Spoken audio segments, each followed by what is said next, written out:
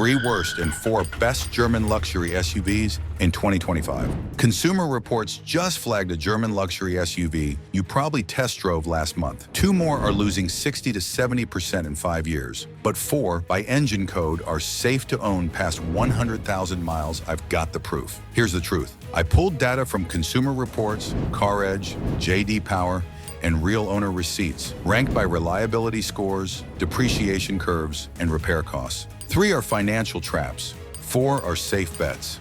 Let's start with the worst. Worst number 3, Audi Q8 e-tron. Number 3 on the avoid list, the Audi Q8 e-tron, formerly just called the e-tron. And this first-generation electric SUV is a depreciation disaster.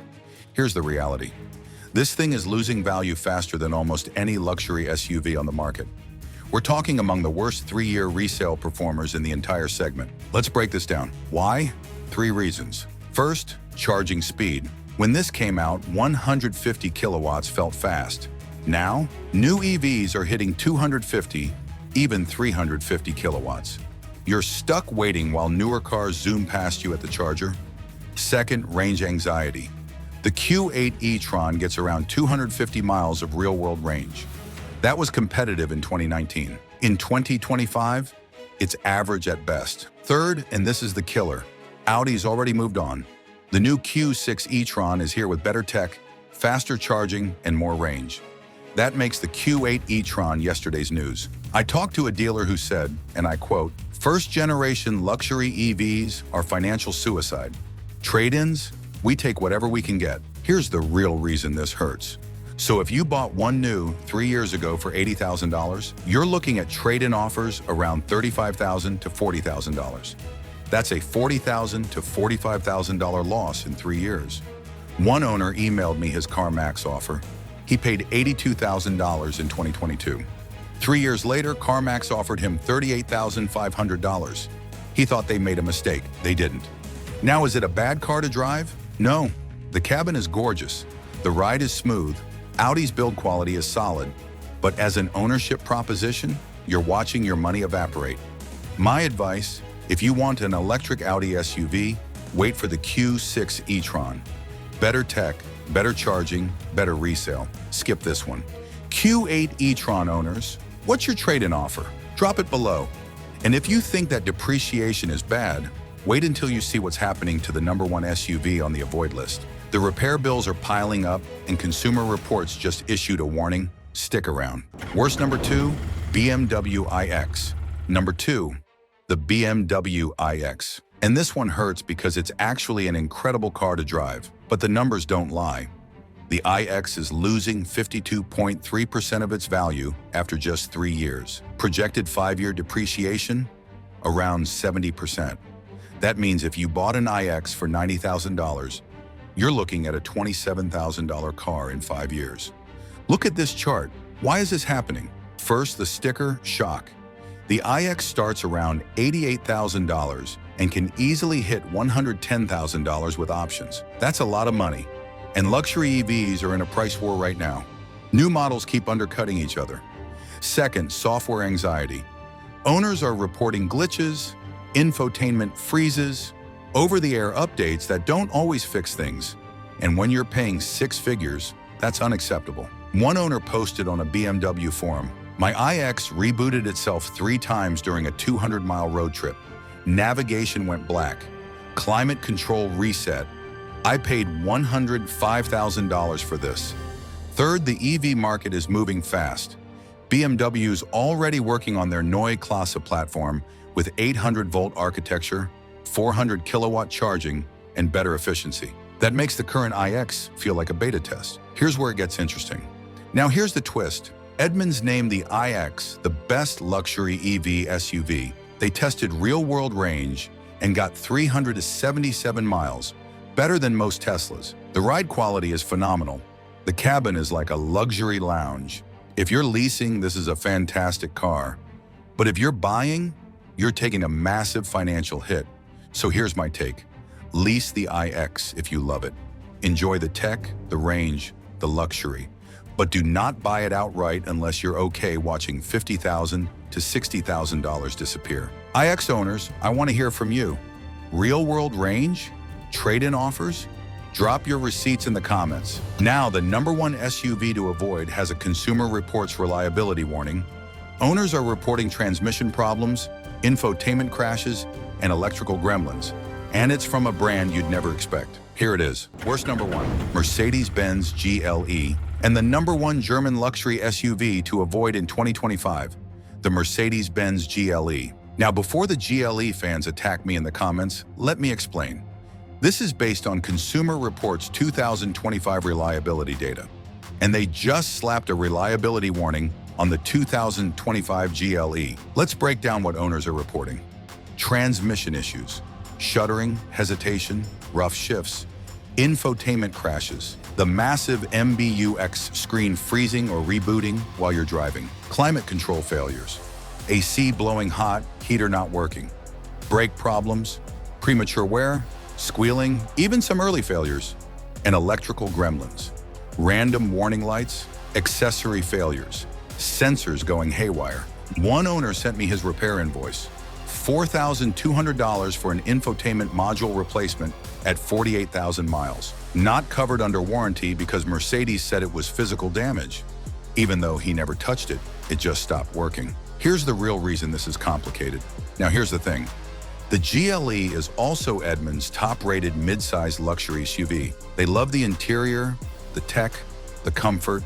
The plug-in hybrid GLE 450e gets 50 miles of electric-only range and can DC fast charge. So what's the truth? If you're leasing the GLE for 3 years and staying under warranty, you'll probably love it. The experience is top tier. The cabin is stunning. The tech is cutting edge. But if you're planning to own this thing for 5 to 7 years, the risk escalates fast. Tech ages quickly. Mercedes' MBUX system requires software updates and sometimes hardware replacements that can cost more than the car's residual value. Plus depreciation. The GLE loses around 53% of its value in 5 years. That's $30,000 to $40,000 gone. Look at this. A mechanic I know who specializes in Mercedes told me, the GLE is a 3-year car. Lease it, enjoy it, give it back. If you own it past warranty, budget $3,000 to $5,000 a year for repairs. That's just reality. My advice, lease, don't buy. Enjoy the luxury, hedge the repair risk, and walk away before the warranty expires. GLE owners, did Consumer Reports get it wrong? Post your mileage and your biggest repair bill. Let's see the real story. If you're researching before buying, subscribe. This channel saves you thousands. Seriously. Now let's talk about the 4 you should buy. Best #4, Audi Q5/SQ5. #4 on the buy list, the Audi Q5 and SQ5. Now I know what you're thinking. Didn't you just trash Audi? Here's the difference. Engine codes and generations matter. The 2018 to 2023 Q5 with the EA888 Gen 3 engine is one of the most reliable Audis ever made. Seriously, this 2.0-liter turbocharged 4-cylinder has proven itself over hundreds of thousands of miles. Step up to the SQ5 and you get the 3.0-liter turbocharged V6 paired with the ZF 8-speed automatic. When maintained properly, this combo is rock solid. Here's why this matters. The refreshed 2024 Plus Q5 improves tech and packaging. One reviewer noted some early build rattles, but overall, this is Audi's safest SUV bet, long-term way safer than the Q7 or Q8. What makes the Q5 special? It's the Goldilocks SUV. Not too big, not too small. Comfortable but still fun to drive. Premium but not flashy. And it holds its value better than most Audis. One Q5 owner commented on my last video, "I've got 142,000 miles on my 2019 Q5. Original turbo, original transmission, just oil changes and brakes. This thing refuses to brake. The SQ5 gives you 349 horsepower and a 0 to 60 time of 4.7 seconds. That's quick, but it's also refined. You can daily drive this thing and not feel beat up. Let's break down the maintenance. Maintenance is key. Stick to the service schedule. Use the right oil spec. That's 502.00 or 504.00 for the EA888. Do your cooling system refreshes around 100,000 miles? Treat it right, and it'll treat you right. Common issues to watch for: the water pump can fail around 80,000 to 100,000 miles. Budget $800 to $1,200 for that. The thermostat housing can crack. That's another $500 to $800. But compared to the repair costs on the GLE, these are minor expenses. My advice: go for the 2018 to 2023 Q5 with the EA888 Gen 3 if you want maximum reliability. Or grab the SQ5 if you want more power and don't mind slightly higher running costs. Q5 or SQ5 owners, what's your longest repair-free run? Post your year and mileage below. Best number 3, BMW X3 M40i. Number 3, the BMW X3 M40i. And this is where BMW's legendary B58 engine shines. The B58 is a 3.0-liter turbocharged inline-six. It's the same engine Toyota uses in the Supra, and it's one of the most bulletproof modern BMW powertrains. In the X3 M40i, you're getting 382 horsepower and 369 pound-feet of torque. 0 to 60, 4.4 seconds. That's M-Light performance without M-level bills. Here's the real reason the B58 is special. J.D. Power gives the X3 a predicted reliability score of 84 out of 100. That's in the great category. US News backs it up. Real owners report high mileage with minimal issues when they follow the maintenance schedule. The B58 has been around since 2015, and it's proven itself across multiple BMW models. Owners are reporting 200,000 miles with proper maintenance. That's the kind of longevity you want. One X3 M40i owner told me, "I bought mine used with 60,000 miles. I'm now at 128,000. I've replaced the water pump and done regular maintenance. That's it. This engine is a tank." What makes the X3 M40i special? It's the perfect size. Easier to park than an X5, but still practical for a family. The handling is sharp, the steering is precise, and that B58 engine pulls hard from any RPM. Look at this. Inside you get BMW's latest iDrive system with a 12.3-inch digital cluster and a 14.9-inch touchscreen. Wireless Apple CarPlay and Android Auto heated seats, a panoramic sunroof, all the good stuff. Fuel economy? Not amazing.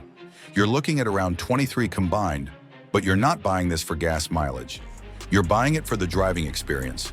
Maintenance: oil changes every 7,500 to 10,000 miles. Use BMW LL01 spec oil. Spark plugs every 60,000 miles. That's about $400 to $600. Coolant flush every 100,000 miles, budget $300 to $500. My advice: stick with the M40i. Skip the full X3M if you want lower running costs. The M40i gives you 90% of the performance with way less drama. X3 M40i owners, would you keep this past warranty? Yes or no? Drop your answer below. Best number 2, Porsche Macan. Number 2, the Porsche Macan, especially the S and GTS trims with PDK. Let's talk reliability first. J.D. Power gives the Macan a predicted reliability score of 84 out of 100. That's great. US News ranks it well, and real owners report high mileage with basic maintenance. Here's what makes the PDK special. The secret? Porsche's PDK dual-clutch transmission. It's one of the most durable dual-clutch gearboxes ever made. Lightning-fast shifts. Bulletproof reliability. This is not your typical problematic dual-clutch. Most dual-clutch transmissions are fragile. They overheat in traffic. They shudder at low speeds. They need expensive clutch replacements at 60,000 miles. Not the PDK. Owners are reporting 150,000 miles on the original clutches with no issues. Performance? The Macan S gives you 375 horsepower, 0 to 60 in 4.4 seconds. The GTS cranks it up to 434 horses and does 0 to 60 in 3.7 seconds. And it handles like a Porsche should. Sharp, precise, confidence-inspiring. Let's break this down. But here's what really sets the Macan apart.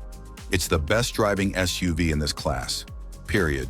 The steering feel, the chassis balance, the brake pedal, everything is dialed in. This is a Porsche first, SUV second. One Macan GTS owner told me, I cross-shopped the X3 M40i, the SQ5, and the GLE 53. The Macan was $10,000 more. Worth every penny. Nothing else drives like this. Inside, you get that classic Porsche layout. The center console has real buttons and switches. No touch-sensitive nonsense. The seats are supportive, the materials are top-notch, and the driving position is perfect. Here's the catch. Downsides? The back seat is tight, adults will fit, but they won't be thrilled on long trips. Cargo space is smaller than rivals, 17.6 cubic feet behind the rear seats, and options add up fast. The base Macan starts around $60,000, but by the time you add the packages you actually want, you're at $75,000. But if driving dynamics matter to you, nothing else in this segment comes close. My advice, go for the Macan S or GTS with PDK. Skip the base 4-cylinder if you can. And don't go crazy with options, they add up quick. Macan owners, this or the X3 M40i, what wins in daily use? Let me know below. Best number 1, BMW X5 xDrive 40i, and the number 1 German luxury SUV to buy in 2025, the BMW X5 xDrive 40i. This is the class leader. Multiple comparison tests have crowned the X5 the best mid-size luxury SUV for comfort, performance, and real-world ownership satisfaction. Under the hood, the B58 engine again, that same bulletproof 3.0-liter turbocharged inline-6. In the X5, you're getting 375 horsepower and 398 pound-feet of torque, 0 to 60 in 5.3 seconds. Smooth, refined, and reliable. Here's why the X5 wins. Skip the V8 models if long-term ownership is your goal. The B58 is the sweet spot. Lower running costs, better reliability, and still plenty of power. The X5 is also one of the most comfortable SUVs in this class. The ride quality is excellent. The cabin is quiet. The seats are supportive for long drives, and there's tons of space for passengers and cargo. Tech, you're getting BMW's latest iDrive 8 system with a massive curved display, wireless charging, a head-up display, and a Harman Kardon sound system that's actually good. Let's break down why this is the total package. What makes the X5 the winner? It's the total package. It's not the sportiest, that's the Macan. It's not the most luxurious, that's the GLE. But it's the best all-arounder. It does everything well and nothing poorly. One X5 owner sent me this message. I've owned a GLE, an X5, and a Q7. The X5 is the one I kept. It's just better at everything that matters. Comfort, reliability, driving feel. And the B58 is unstoppable. Plus, the B58 engine has a proven track record. Owners are reporting 150,000, even 200,000 miles with proper maintenance. That's the kind of longevity you want. Look at this maintenance schedule. Maintenance. Oil changes every 7,500 to 10,000 miles. Use BMW EDLL01 spec oil. Spark plugs every 60,000 miles. Coolant flush every 100,000 miles. Transmission fluid every 60,000 to 80,000 miles. Yes, even though BMW says it's lifetime, change it anyway. Common issues? The water pump can fail around 100,000 miles. Budget $800 to $1,200. The valve cover gasket can leak, that's $500 to $800. But overall, the X5 with the B58 is one of the most reliable BMWs you can buy. Depreciation is reasonable. The X5 holds its value better than most luxury SUVs. After 5 years, you're looking at around 45% to 50% depreciation. That's way better than the GLE, iX, or Q8 e-tron. My advice, go for the xDrive 40i with the B58. Stick to the maintenance schedule. Use the right oil, and this thing will run forever. X5 owners, what's your mileage and biggest repair? Let's see those receipts. All right, here's your quick buyer's guide. Avoid if you're buying long-term. Mercedes GLE, unless you're leasing. Audi Q8 e-tron, first-gen EV depreciation is brutal. BMW iX, lease it, don't own it. Buy with confidence. BMW X5 xDrive 40i, the B58 plus Z F8 speed is the sweet spot. Skip the V8. Porsche Macan S or GTS with PDK, best driving dynamics. Great reliability BMW X3 M40i, another B58 winner, fast and reliable. Audi Q5 or SQ5, stick with the 2018 to 2023 Q5 with the EA888 Gen 3, or the SQ5 with the 3.0-liter turbo and ZF8 speed. Lease versus own strategy. Lease the GLE or iX if you love the experience. Own the B58 BMWs, the PDK Macan, or the EA888 Gen 3 Audi Q5. Proper maintenance is non-negotiable. That's your cheat sheet. So there you have it. 3 German luxury SUVs to avoid: the GLE, the Q8 e-tron, and the iX. And 4 to buy with confidence: the X5 xDrive 40i, the Macan, the X3 M40i, and the Q5 or SQ5. Here's the principle. Luxury isn't just about the badge or the tech. It's about confidence you won't regret your choice in 5 years. Now, I want to hear from you. Which one would you pick? Post your choice, your year, your mileage, and your repair costs. Let's see the real-world data. If this video saved you money or helped you make a smarter decision, smash that like button and subscribe. We're on a mission to hit 10,000 subscribers, and your support means everything. Next up, I'm breaking down the most reliable luxury sedans for 2025. You'll want to see that one. It's linked right here. Thanks for watching. I'll see you in the next one.